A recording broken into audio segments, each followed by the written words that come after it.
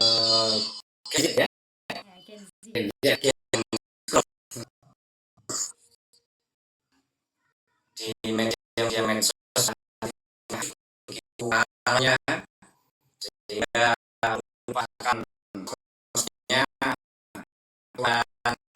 kita sebagai manusia, sebagai Allah yang mengikuti, maka Imam Ghazali jauh-jauh sudah mengatakan kepada kita bahwa sangatlah juga melalui hadis juga inna jasadi badan idza saluhat jasadu idza fasadat jasadu ala wahya, kan gitu ya. Ingat, pada diri kita itu ada sebuah murah daging apa? Daging, segumpal daging, ada segumpal darah, ya ada segumpal darah. Dan jika segumpal darah maka akan baik untuk kita, jiwa kita.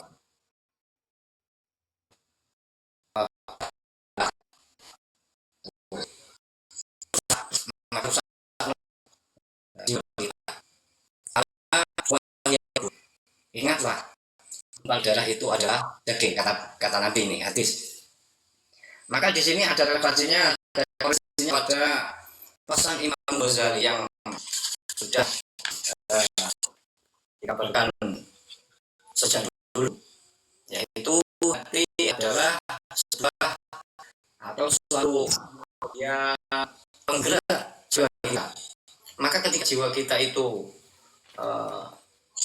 rusak atau katakanlah kotor, maka bisa dipastikan bahwasanya ada suatu penyakit, ada suatu yang ada suatu ketidakberesan pada mudghah tersebut, hati tersebut. Artinya adalah sakit. Nah, hati sakit.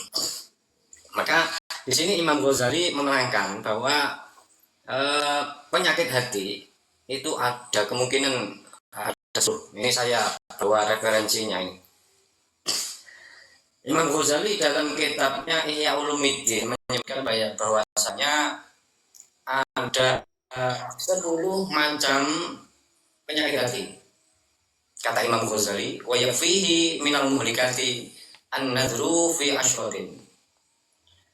Cukuplah bagi seseorang untuk melihat atau untuk memperhatikan 10 hal-hal yang bisa menjadikan kita terjun atau menjadikan kita tergelincir kepada hal keburukan.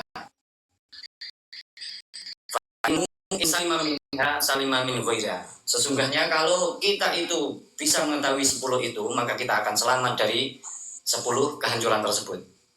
Wahya, dan 10 perkara tersebut adalah al-bukhlu, yang pertama adalah bakhil, pelit, ya.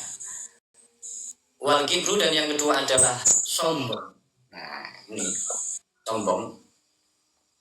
Wal ujbu, dan yang ketiga adalah ujub, membanggakan diri, selalu membanggakan diri, menganggap diri lebih unggul di depan umum maupun diri itu sendiri, ya. Masa lebih keren gitu ya.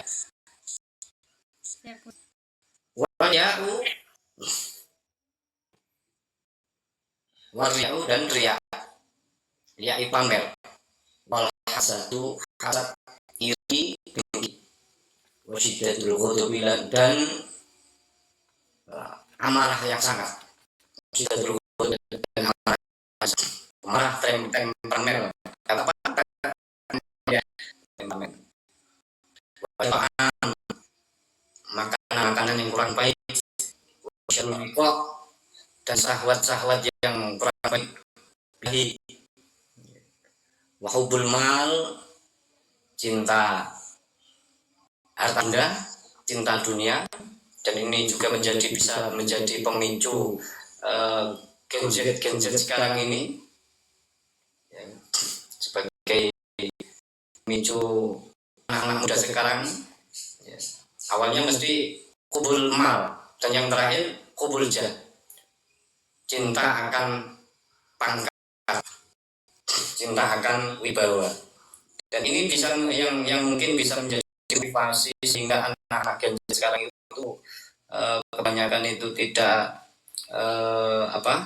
berpanjang lebar kalau melakukan hal yang pernah apa saja lah, tidak berpikir panjang tanpa mempertimbangkan antara ini masuk ke ranah ke ranah syariat yang penting eksis di dunia maya, di dunia medsos.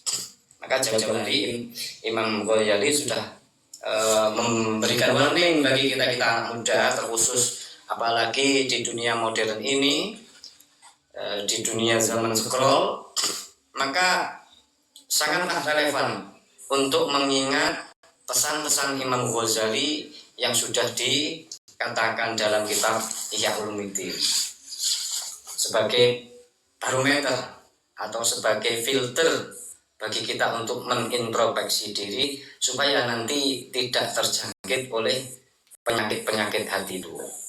Yang sudah tentu kalau penyakit hati ini menyerang kita, kalau kita sudah hati sudah terkena penyakit, betul apa sabda Kanjeng Nabi yang tadi saya ucapkan, idza fasada ketika hati sudah tidak baik-baik, maka jasad dan jiwa pikiran pun juga tidak baik. Mungkin demikian pemaparan dari saya soal penyakit hati itu.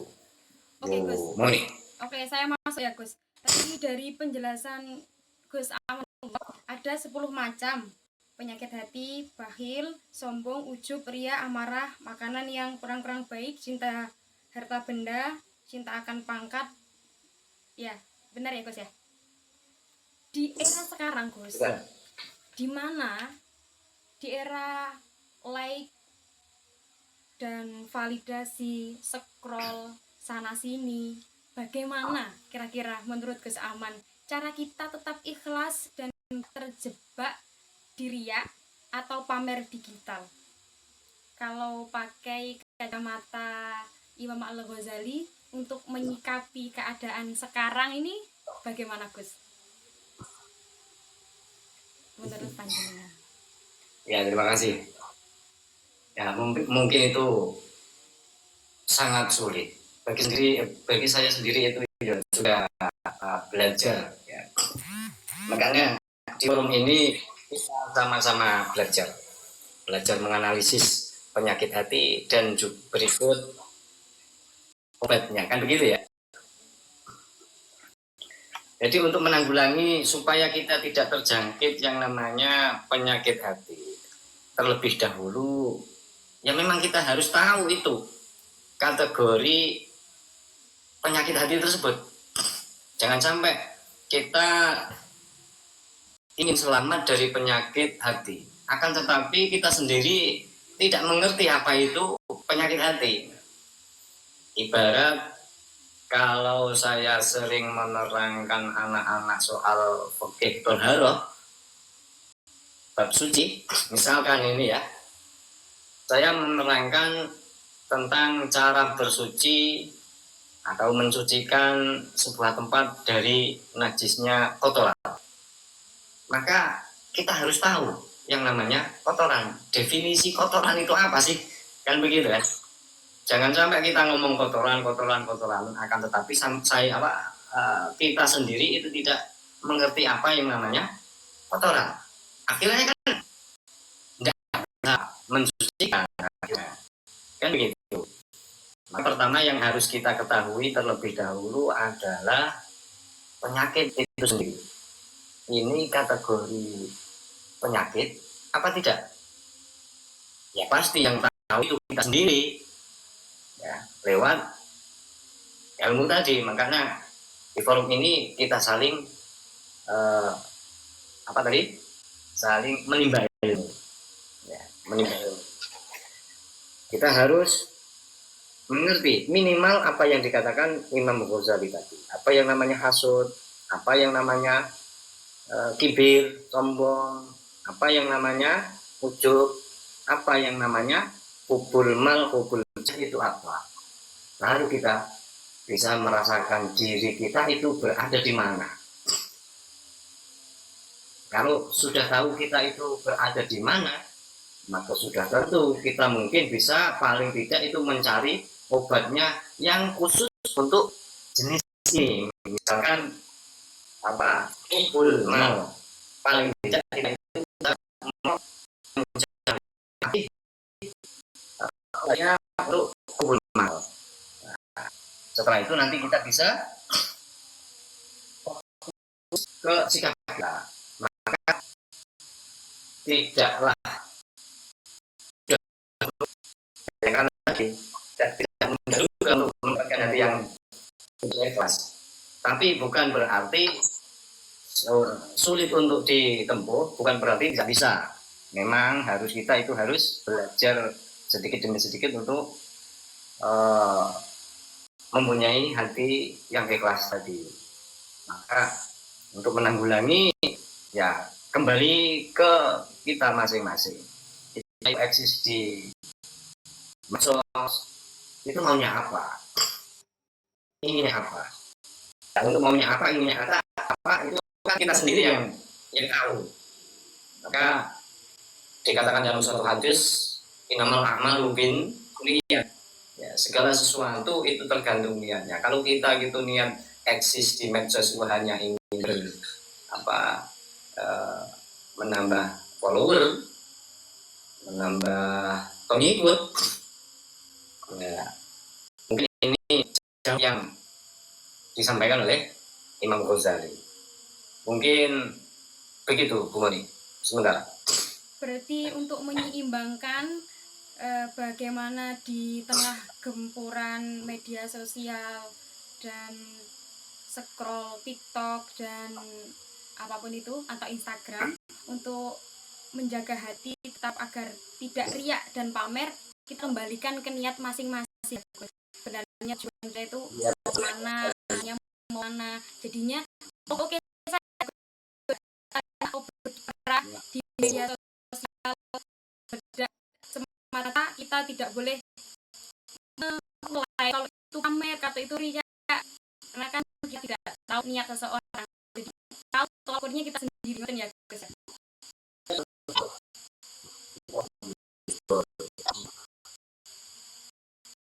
Oke, suaranya terputus. Yang mungkin ini. Oke. Aman. Dan yang kita justice seseorang eksis di medsos, lalu kita tidaknya mengklaim sesuatu tidak ikhlas. Tahu dari mana kalau orang itu ikhlas? Ya kan? Jadi, makanya jaga masing-masing, jaga etik masing-masing. Kalau kita eksis di dunia medsos, ya, apalagi dengan didasari hati yang ikhlas, kenapa harus menjustice orang dengan kata-kata tidak ikhlas? Kan tidak ikhlas, kan begitu ini.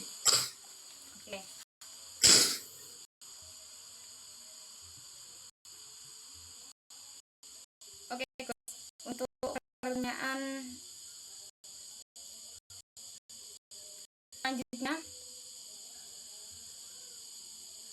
mungkin dari teman-teman dulu ya. Saya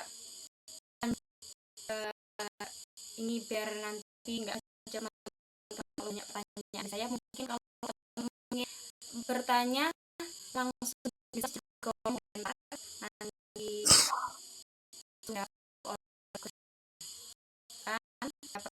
teman-teman yang sudah gabung pertanyaan tentang kali ini, silahkan tanya di kolom komentar ya. Nanti akan digalih nomor yang untuk sambil menunggu pertanyaan dari teman-teman saya ini Gus yang mau tanya duluan. Saya itu pernah baca hikam ya Gus ya, kita ngaji dulu di pondok, bahwasanya kita itu suruh untuk mendamaikan kita di bumi keterkalan, kata gitu. Bagus. Ini kita serempetkan itu kan di dunia anak muda. Di mana anak muda itu Gus? Jiwanya ambisinya itu di mana anak muda itu adalah mencari eksistensinya, mencari pakuannya dan mencari jati dirinya, mencari segala bakat-bakatnya. Lah bagaimana Gus untuk kok ini saya atau ilah asalkan dari untuk menambahkan kita di bumi ketidakterkenalan untuk menjaga kesucian hati kita. Tapi kalau dikaitkan dengan anak muda, kalau kita yang mana dunia anak muda itu dunia untuk mencari jati diri, butuh yang namanya pengakuan, butuh yang namanya eksistensi, gebrakan dan pencapaian dan lain sebagainya. Menurut Aman bagaimana untuk menjembatani hal kedua ini Gus? Ini pertanyaan murni dari saya. Tiba-tiba muncul. Pertanyaan sangat bagus ya. Begini nih, menjembatani karakter anak-anak muda, soal itu memang kembali ke konsep tasawuf, memang betul yang dikatakan oleh sahabat atau ilah di dalam hikam itu, untuk membenamkan diri kepada dunia yang ketidakterkenalan ya.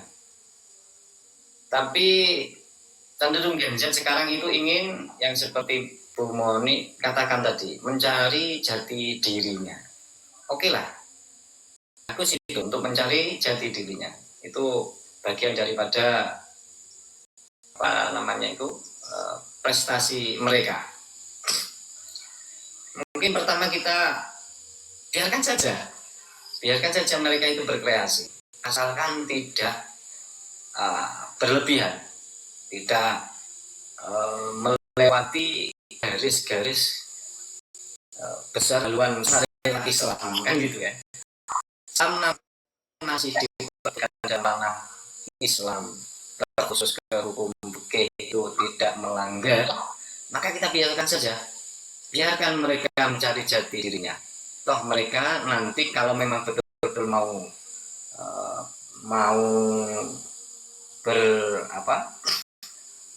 mencari ilmu, maka mereka nanti tetap menemukan jati dirinya. Dan mudah-mudahan mereka kalau mencari ilmu tidak keliru. Maka tugas daripada mungkin Bu Moni sendiri juga harus sering-sering mengadakan podcast seperti ini, soal tasawuf, untuk membentengi mereka. Paling tidak followernya Bu Moni sendiri akan merasa banyak tercerahkan lah dengan adanya podcast seperti ini. Banyak pengalaman. Kalau mereka serius ingin mencari pengalaman, mencari jati diri, mungkin mereka nanti juga akan sadar bahwa ketenaran bukanlah apa-apa, kan begitu. Oke. Kalau bukanlah apa-apa.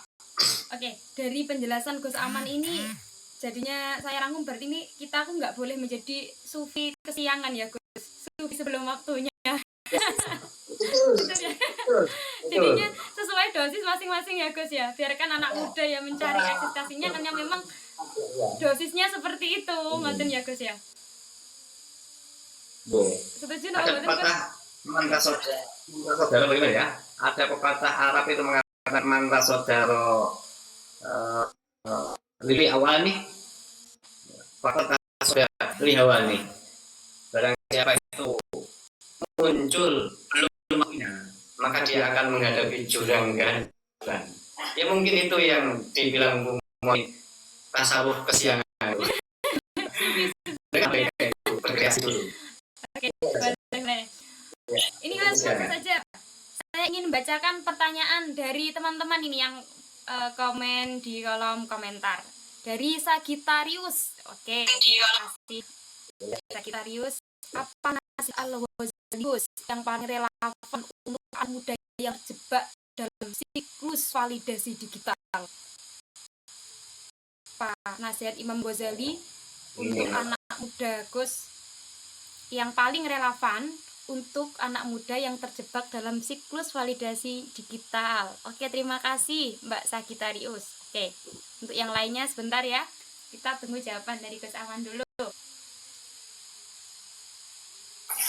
Ini langsung kan? Langsung jawab.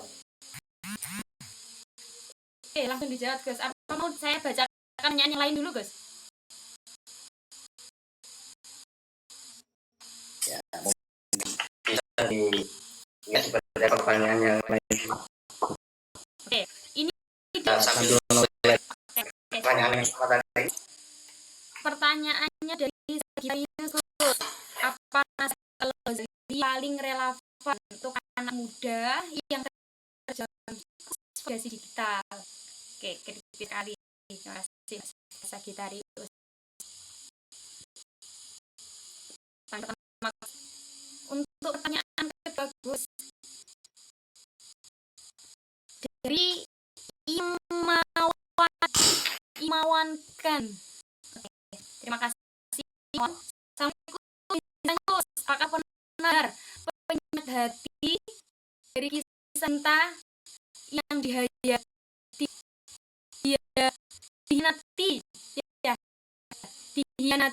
itu wajar? Pertanyaan Imawan Ken. Apakah benar penyakit hati dari kisah cinta yang dihianati wajar?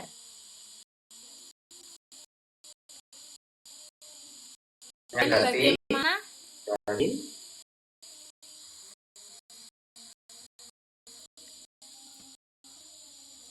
jadi kisah cinta yang dihianati wajar Gus? Mungkin ini dulu dijawab Gus. Dan bagaimana cara kita untuk meminimalisir rasa sakit hati tersebut? Imam Ken ini baru patah hati ya?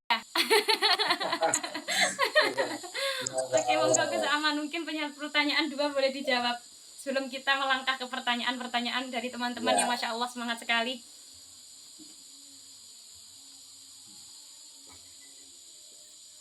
Mungkin begini, saya mencoba untuk mencoba.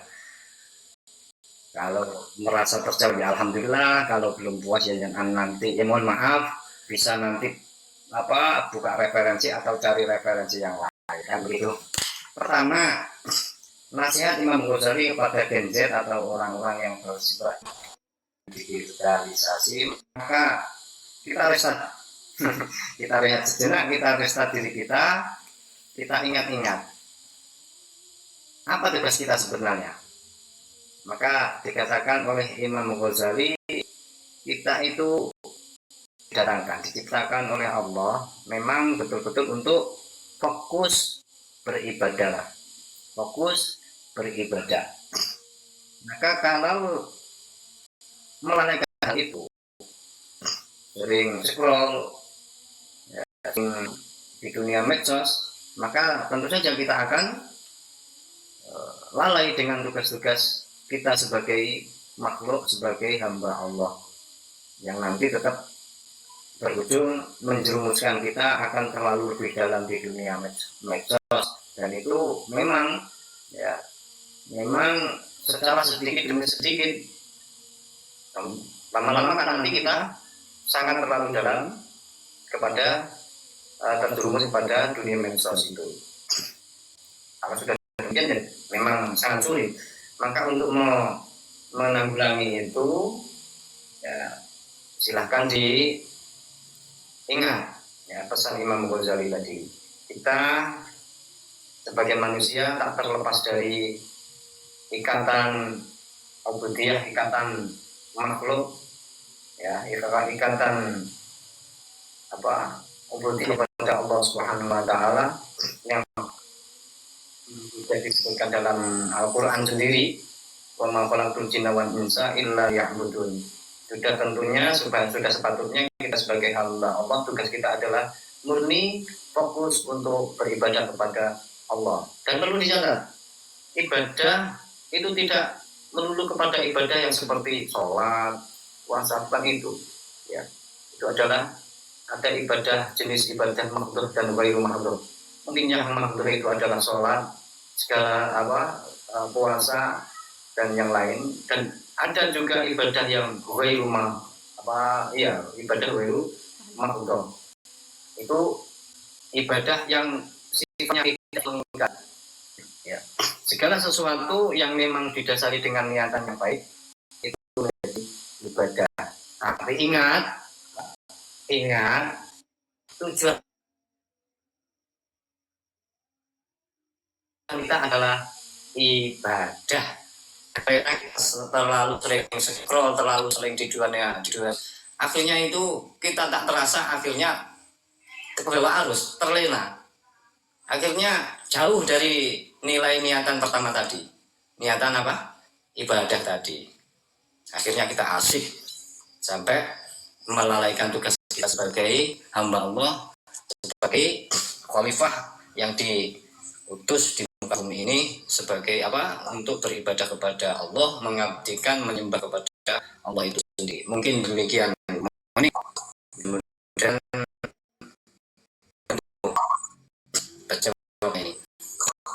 Oke, terima kasih Gus Aman.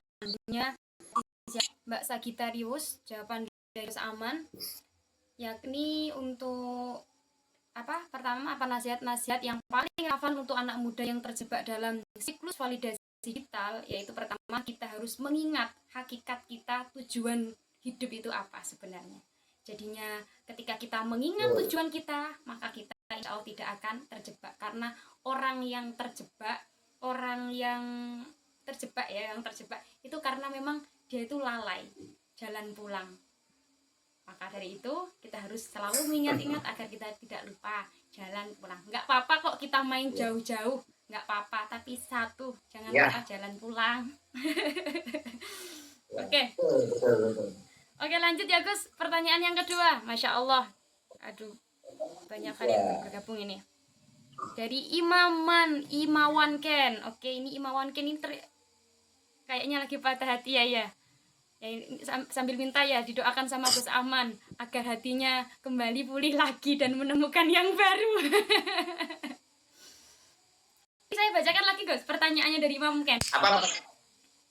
Gus, apakah penyakit hati dari kisah cinta yang dihianati itu wajar Gus? Terus, dan bagaimana caranya Gus kita untuk meminimalisir rasa sakit hati tersebut? Katanya gitu Gus. Sebelum saya jawab, saya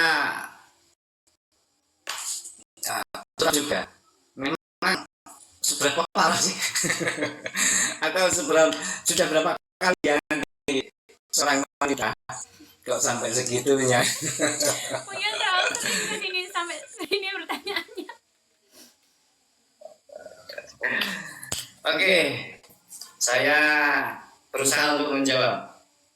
Ya sangat wajar sekali, manusia sekali kalau seorang laki-laki itu dihianati, apalagi dihianati seorang perempuan terus sakit hati, ya memang wajar, sangat manusiawi itu. Dan saran saya ya segera move on, cari yang lain. Kalau tidak diisi dengan yang lain, maka sampean akan disibukkan dengan perasaan itu. Maka jangan berlarut dalam kesedihan patah hati. Wong cowok kok, ya kan? Cowok ya? Cowok Gus. Cowok. Oke, sudah dijawab. Atau saya motivasi satu lagi. Ada posisi yang sangat istimewa di urusan jatuh cinta ini. Kalau dia memang matinya itu sakit hati sampai membawa kematian hanya gara-gara cinta, itu ada satu posisi yang menguntungkan. Dia diganjar dengan seperti matinya orang mati syahid. Ya. Jadi apa? Singkat ceritanya, sakit hati karena cinta itu bisa membawa kita itu di posisi mati syahid. Asalkan ya, asalkan jatuh cintanya itu tidak bilang-bilang. Kalau di YouTube kalau di TikTok itu kan bilang-bilang bilang-bilang orang banyak ya. Tetap jalur syariat ya Gus ya, nggak sembrono gitu Ya, Gus. ya, Oke. nggak sembrono.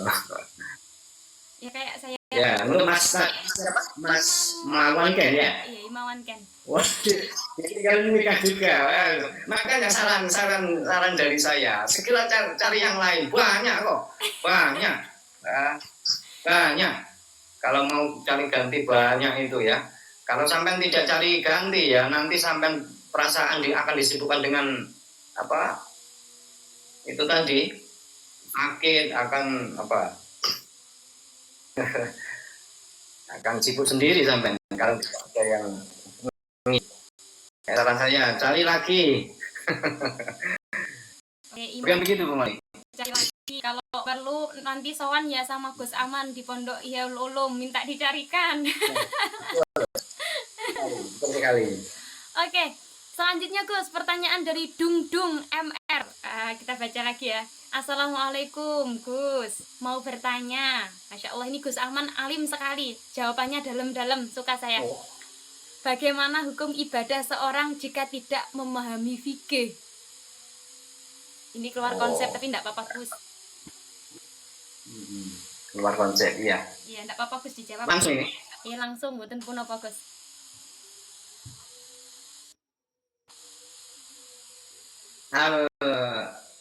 Ada sebuah pepatah juga, ini juga kaulnya ulama ahli fikih wal hadis tadi ya.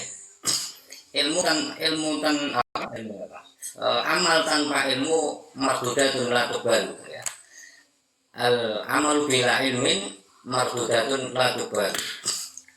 Ada posisi sebuah amal ya, sebuah amal atau ibadah yang memang tanpa didasari dengan ilmu, maka akan mardudatun la tuqbal. Artinya mardud tertolak ya, tidak diterima.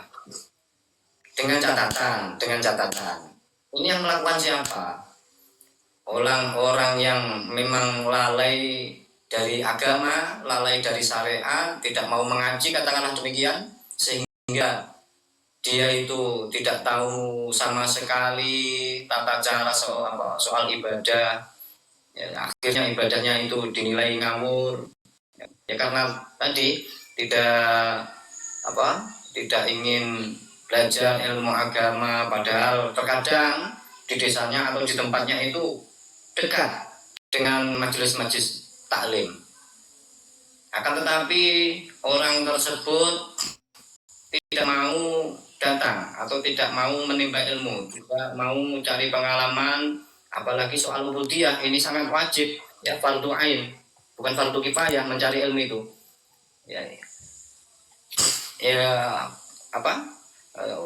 Thalabul ilmi fardhatun ala kulli muslimin. Mencari ilmu hukumnya wajib ain, wajib secara individual ya, untuk seorang muslim. Gunanya apa? Ya gunanya tadi untuk membimbing ibadahnya supaya ibadahnya menjadi sempurna menurut syariat Islam, menurut secara fikih sempurna menurut fikih. Maka kalau sudah dikatakan sempurna menurut fikih, ya maka akan diterima, sudah tentu diterima, walaupun toh soal terima atau tidak diterima itu adalah hak prerogatifnya Allah kan. Tapi setidaknya kalau kita itu mencukupi syarat dan rukunnya syarat rukun ibadah, sudah tentu menurut fikih sudah tentu diterima. Tapi kalau ketidaktahuan itu karena kelalaiannya orang tersebut, maka sudah dipastikan tadi al amalu bila ilmin mardudatun la tubalu. Ibadah tanpa ilmu akan tertolak, tidak diterima. Maka pesan saya, ambillah ilmu dimanapun Anda berada. Jangan sekali-kali meremehkan sekecil apapun itu yang berupa ilmu. Mungkin demikian, Bu Moni. Oke, terima kasih Gus penjelasannya. Ya, mungkin sudah ya. Ini pertanyaannya tadi sudah terjawab ya, yang keluar dari tema, tapi tidak apa-apa, mumpung kita ketemu orang alim, kita gali ilmu. Ya, aman-aman. Langsung saja Gus, kita ke pertanyaan selanjutnya. Ada teman-teman namanya King Kong. Itu ada akun namanya King Kong Gus. Mau bertanya Gus, bagaimana caranya melunakkan hati suami agar lebih peka terhadap kita? Karena laki-laki sekarang prioritas utama HP Gus. Gimana Gus ini? Ada tanya Gus. Ini saya. Nyindir saya ini. Ya mungkin kalau ini skip dulu lah. Kurang apa ya? Kurang pas kalau saya menjawab ini. Karena saya sendiri menurut istri saya belum idaman. Ya. Saya sendiri ini menurut istri saya belum idaman. Ya. Belum katakan suami idaman, maka mungkin kurang pas kalau saya yang jawab ini. Segitu aja. Mohon maaf. Pertanyaannya akun yang namanya King Kong sampai keren sekali, sampai Gus Am nggak bisa menjawab. Ini lucu sekali. Langsung saja Gus, ini bentar saya cari pertanyaan lagi.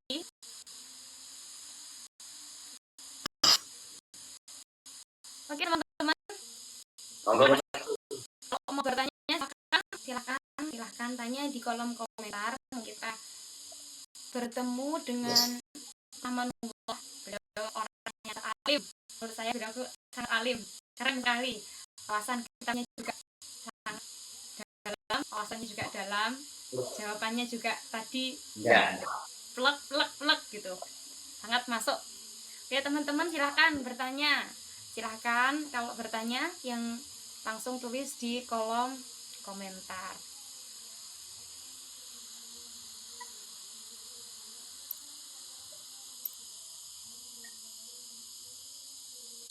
Makasih Gus, makasih host, Dung MR. Oke, sama-sama.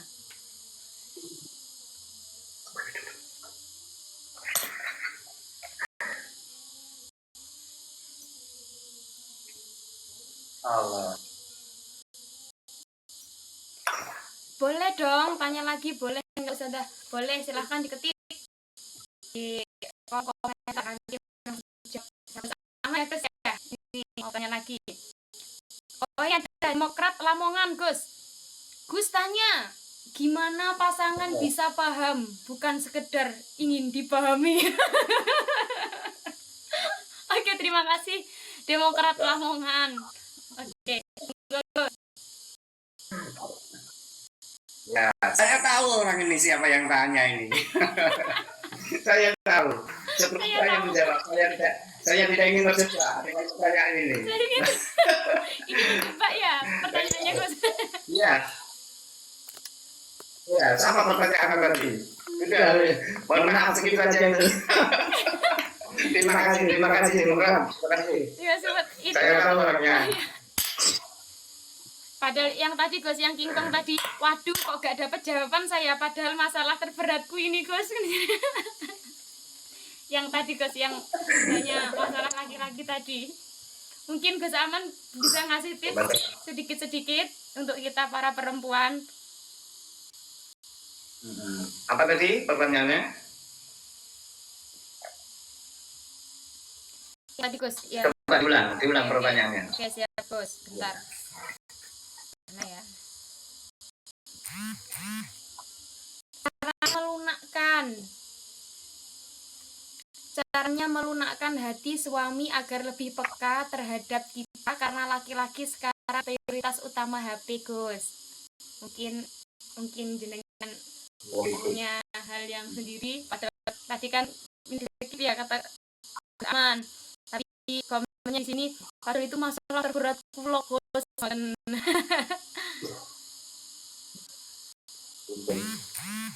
Iya, penyakit itu kalau sudah dituakan dengan HP-nya. Ya, saya mungkin tidak bisa jawab panjang lebar untuk kasus ini karena saya sendiri juga belum ya tadi saya sebutkan, tadi saya itu juga belum termasuk ideal menurut istri saya. Tapi paling tidak ini saya membantu untuk mencerahkan saja. Mungkin salah satu amalan yang bisa digunakan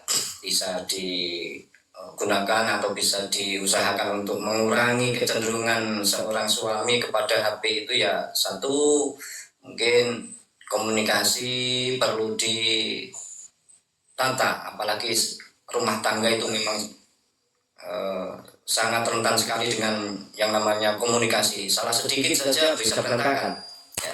Maka jangan menyepelekan soal komunikasi, walaupun toh itu dengan pasangan yang menjadi keseharian kita untuk istilahnya itu guyon kebablasan.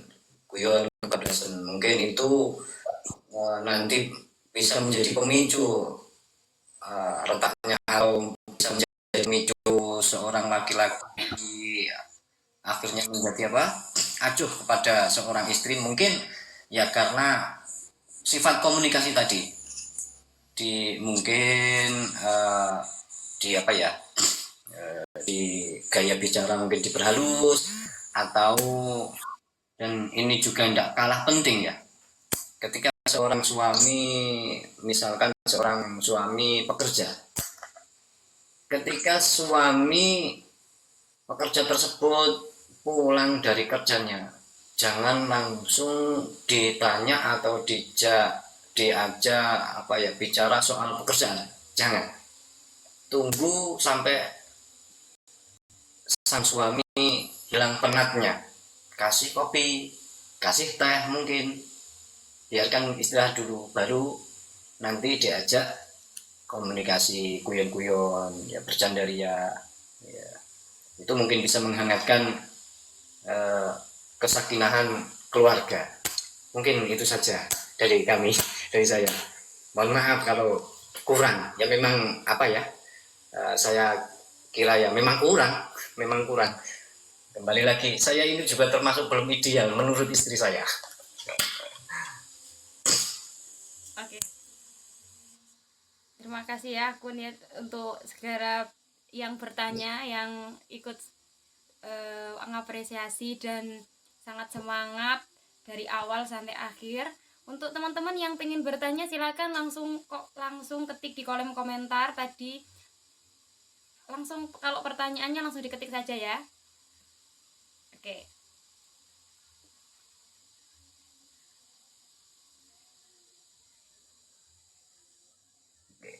Untuk menunggu teman-teman. Ini kelihatan Mas Aris ini, saya ingin menyapa Mas Aris. Oke, Maljum juga Pak Aris. Itu kakak saya yang luar biasa, Gus.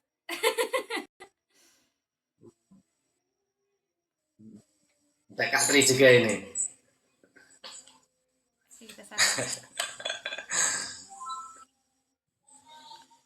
Oke, teman-teman yang pengen bertanya silakan.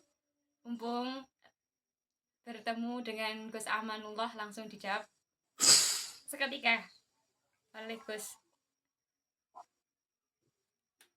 Gus pripun pertanyaan saya? Wow, Demokrat katanya.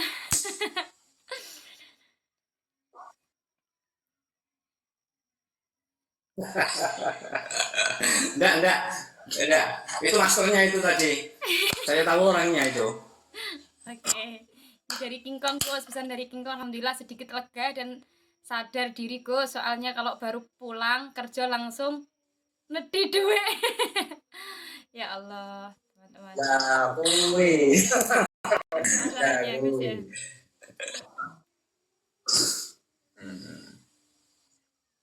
Oke teman-teman, mungkin bisa. Oke, yang kita sesuai teman-teman ya, sesuai tema ya, Bang Tegar ya. Untuk pertanyaan yang tidak sesuai tema nanti kita hadiri podcast selanjutnya ya. Nanti saya akan buat tema tentang kepikiran di episode selanjutnya ya. Ini sesuai tema dulu. Bertanya lagi Gus, Dung MR ini aktif sekali, Masya Allah. Dosakah jika seorang suami selalu kurang dalam menafkahi istri?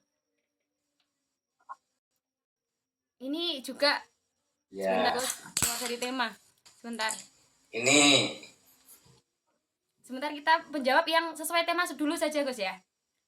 Yang di Nas dari akun yang namanya Nas. Dalam tradisi tasawuf, ketenangan Ya. hati datang dari mengurangi keterikatan.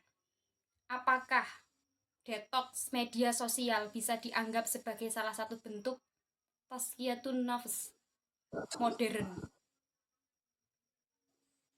Nah ini Gus, terima kasih Mbak Nas, Masya Allah ini kayaknya lihat-lihat ini anak kuliah ini, kok bahasanya dalam ini. Dalam tradisi tasawuf, ketenangan hati ya, datang dari mengurangi keterikatan.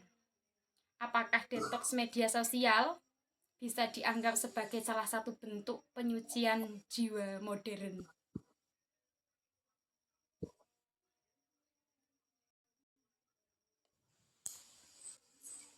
Oke Gus, mungkin ada pertanyaan yang lain dulu, bisa langsung tulis di kolom komentar kalau pengen bertanya terkait tema dulu ya, untuk teman-teman yang membahas fikih. Kita ketemu di episode selanjutnya.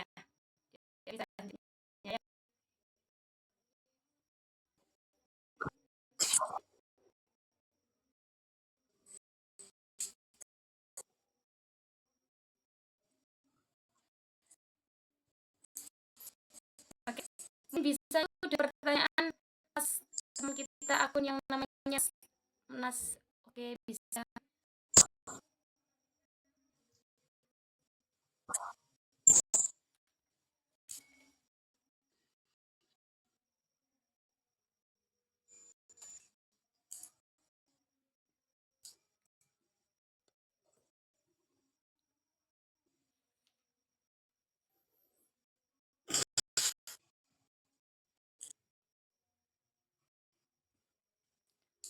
Oke, gue saya jeda ya.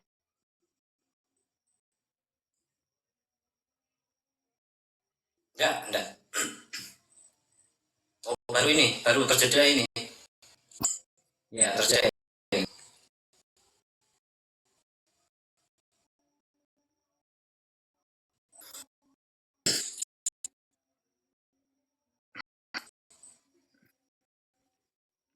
Oke, mungkin kalau tidak ada,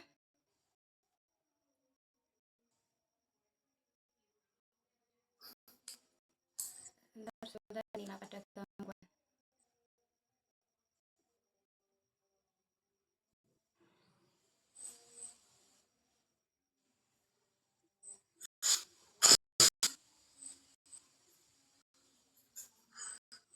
Mungkin bisa dijawab Gus.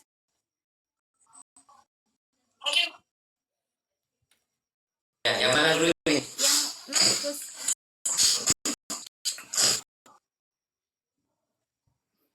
Ini kenapa ini? Ya, halo.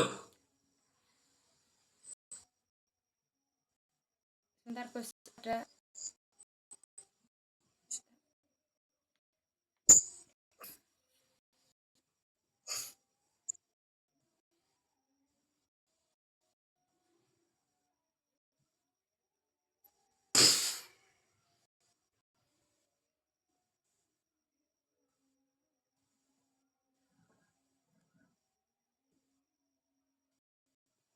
Oke, alhamdulillah bisa.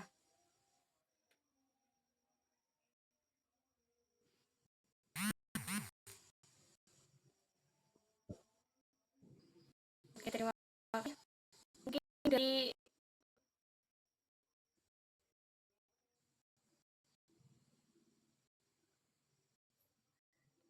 Mas tadi, apakah detox media dianggap sebagai salah satu untuk tazkiyatun nafs atau pensucian jiwa modern?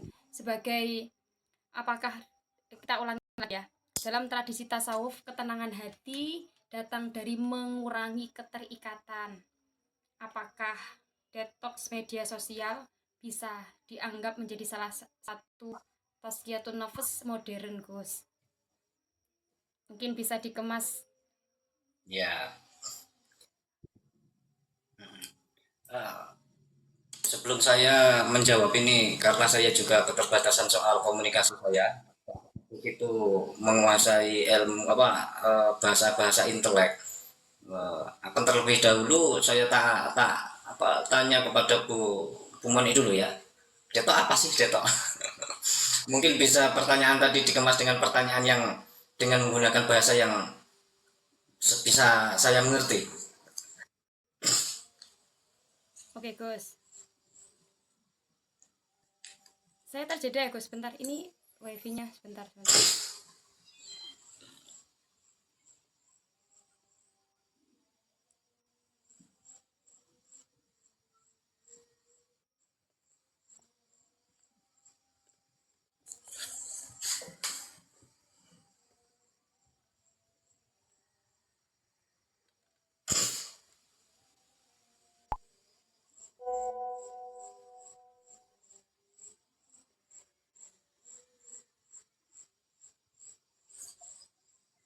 Halo?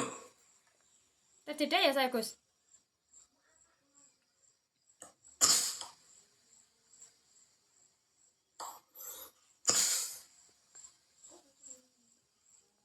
Oke, sebentar. Ini ada kesalahan sinyal. Oke. Baik. Ya, Gus ya. Ya, terjeda lama sekali tadi. Iya. Coba ulang lagi, Gus. Ya. Coba ulangi pertanyaan sesuai bahasa yang bisa saya tangkap soal pertanyaan tadi. Detok apa? Detok apa tadi? Sosmed? Oh, iya ya, Gus. Bentar saya carikan pertanyaannya.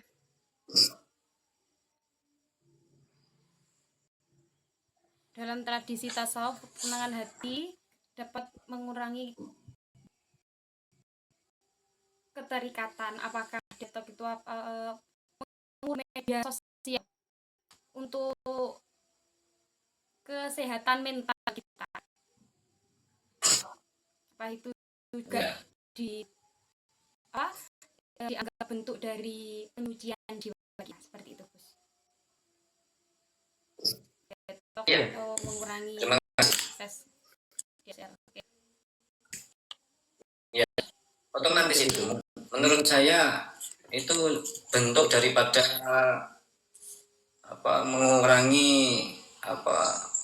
mengurangi medsos. Itu juga salah satu bentuk dari usaha kita untuk jiwa. Karena apa? Karena ya namanya medsos tidak semuanya itu baik. Ya, yang tidak baik juga banyak sekali. Maka kita dituntut untuk sebaik mungkin menggunakan layak mungkin untuk menggunakan medsos ini. Karena di medsos itu sifatnya adalah umum, ada yang buruk, ada yang bagus, ada yang buruk. Nah, untuk mengurangi medsos, mengurangi sosmed itu juga bagian daripada bentuk usaha kita untuk tazkiyatun nufus. Betul sekali itu menurut saya. Terima kasih teman-teman yang bertanya dari awal sampai akhir. Saya tidak bisa menyebutkan satu-satu ya, saking banyaknya tadi yang bertanya.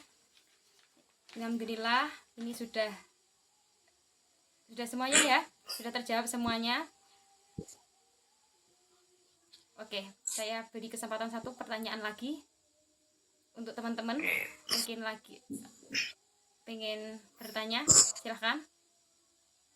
Kalau tidak ada, nanti saya akhiri dan kita akan bertemu di episode selanjutnya ya, Gus Aman ya. Kalau sekarang kita membahas tentang tasawuf, besok kita bahas fikih ya, Gus Aman ya. Hanya teman-teman ini banyak yang tanya fikih. Insya Allah, insya Allah. Ya, nanti kalau kita jawab semua pertanyaannya, nanti temanya akan gelambiar dan akan meluas. Jadinya kita fokus pada satu perspektif saja. King Kong, Masya Allah, aktif sekali. Gus, nasihati cara menghadapi tonggo yang pinter rasan-rasan padahal kita santai nggak pernah nyenggol. Oke. Ya, satu pertanyaan dan satu jawaban ini selesai ya. Selesai. Gitu Bu, boleh ya? Ya, selesai ya King Kong ya. Oke, terima kasih. Kronologi seorang tetangga yang rasa-rasa itu mesti timbul dari hati yang hasad, penyakit hati, iri hati. Ya, jadi rasan-rasan itu biasanya kronologinya itu adalah iri hati. Dan untuk menghadapi orang yang iri hati, kita harus enjoy saja. Ya, biarkan anjing menggonggong, kafilah tetap berlalu. Orang apa dikatakan itu orang hasad, orang iri hati itu memang tidak ada obatnya. Jadi kita tidak usah repot-repot untuk mencarikan obat bagi dia supaya berhenti untuk rasa-rasa. Biarkan saja, kita enjoy saja, kita tampakkan kebahagiaan kita. Nanti mereka juga akan mati sendiri. Kalau di dalam apa jenis di hadis itu suruh biarkan saja, nanti mati sendiri. mati sendiri. Orang yang hasad itu matinya, ini bahasa hadis ya, bahasa hadis. Orang hasad itu matinya mati ngenes. Apa bahasa Indonesia mati ngenes? Tragis. Ya, tragis. Ya karena memang tersiksa dengan hatinya sendiri itu, tersiksa dengan iri dengkinya itu sendiri. Ya, untuk ibu siapa tadi yang tanya? King Kong. Lalui saja hari-hari seperti biasa, enjoy saja, sama suami enjoy, sama anak-anak juga enjoy, aktivitas kita enjoy, bahagia, selalu positive thinking itu aja. Biarkan nanti orang yang senang rasa-rasa, hasut, dengki, iri itu juga nanti mati sendiri. Matinya kan sendiri.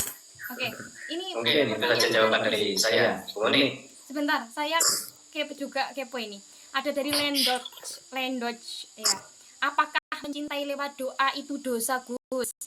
Sedangkan ada salah satu hadis Nabi ketika mencintai harusnya segera mengungkapkan.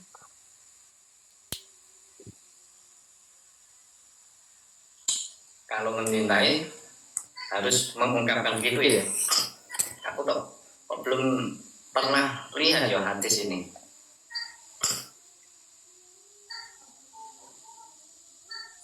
Apakah mencintai adalah dosa gitu ya? Apa mencintai lewat doa itu dosa, Gus? Sedangkan ada salah satu hadis Nabi ketika mencintai harusnya segera mengungkapkan. Satu kali ini ya. Enggak, maksud saya jawaban satu ini saja ya, setelah itu selesai gitu ya. Oke, ini terakhir. Terakhir. Saya kira kalau mencintai lewat doa itu adalah tidak masalah, asalkan tidak mencintai istrinya orang atau suaminya orang. Kalau mencintai suaminya orang sudah tentu di kacamata tasawuf itu adalah suatu kemaksiatan yang sifatnya maksiat hati, dan itu perlu dihindari. Membayangkan wajah suaminya orang atau istrinya orang itu juga termasuk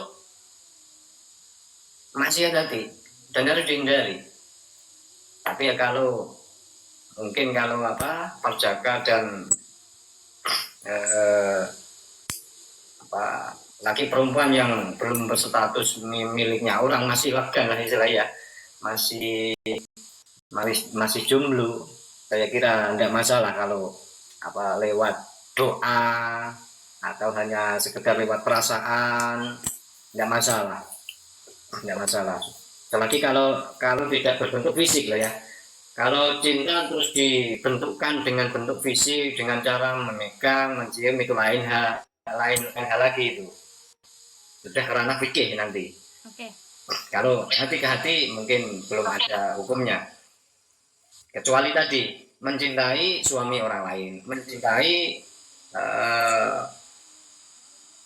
istri orang lain, itu tidak boleh, maksiat. Dan perlu dihindari.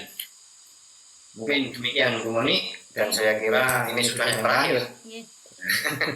Bentar Gus ya, saya refleksi dulu kesimpulan dari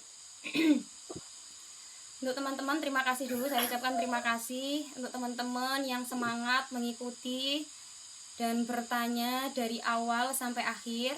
Apabila ada pertanyaan yang belum terjawab karena keluar dari tema, maka akan kita agendakan pertemuan yang selanjutnya dan akan membahas yang sesuai dengan tema. Dan alhamdulillah, meskipun di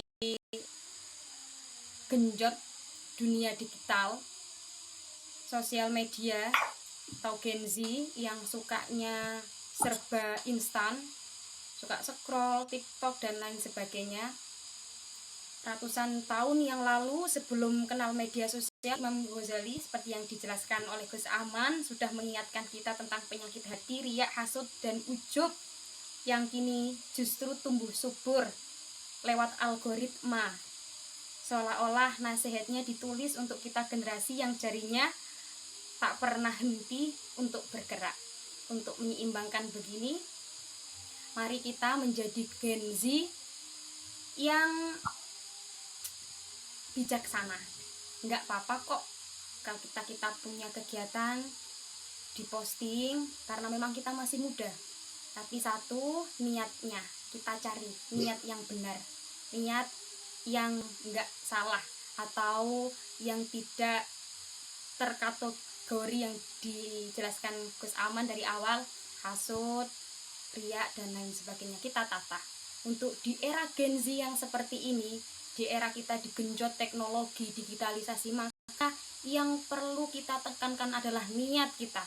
Sering memperbarui niat. Kita asah niat kita, karena memang kalau dari niatlah yang akan menuntun kita dari jalan yang terbaik. Karena niatlah juga yang akan memberi cahaya bagi kita dan menjadi petunjuk dan menjadi lentera bagi kita semua. Oke, kesimpulan malam hari ini, mari kita tata niat. Enggak apa-apa kita aktif di media sosial, tapi selalu niat kita harus selalu diperbarui, karena niatlah adalah utama. Kita jaya atau tidak, sesat atau tidak, tergantung niatnya. Mustahil dianggap baik semua orang itu mustahil, dicintai semua orang itu mustahil teman, diagungkan semua orang itu mustahil. Yang perlu kita tekankan adalah terus maju ke depan, kita tata niat kita selagi tidak keluar dari syariat, selagi itu berdampak kemaslahatan semuanya, berdampak kebaikan untuk lingkungan kita, masyarakat kita, keluarga kita, lanjutkan. Kita masih muda, kita jiwa muda, jangan jadi sufi di waktu kesiangan. Ya Gus ya. Oke. Terima kasih Gus Aman. Terima kasih semua teman-teman yang mengikuti awal sampai akhir. Tunggu episode selanjutnya, kita akan membahas sesuatu yang juga relevan juga. Tunggu ya di episode selanjutnya, mungkin kita juga akan agendakan lagi ya Pak Aman, bahas fikih ya. Insyaallah. Mungkin satu lagi Gus, pesan untuk teman-teman, pesan dari Gus Aman, kata-kata dari Gus Aman, pesan ya untuk mereka. Padat, singkat, positive thinking. Oh, positive thinking. Oke. Terima kasih Gus Aman waktunya, teman-teman yang bertanya dan sudah bergabung yang telah mengikuti awal sampai akhir. Saya Monika Windarwa dan Gus Aman pamit undur diri. Apabila ada kesalahan, mohon maaf sebesar-besarnya. Kritik dan saran akan saya terima untuk pembenahan selanjutnya. Saya Monika Windarwa pamit undur diri. Wassalamualaikum warahmatullahi wabarakatuh. Matur suwun Gus. Sama-sama Bu Moni.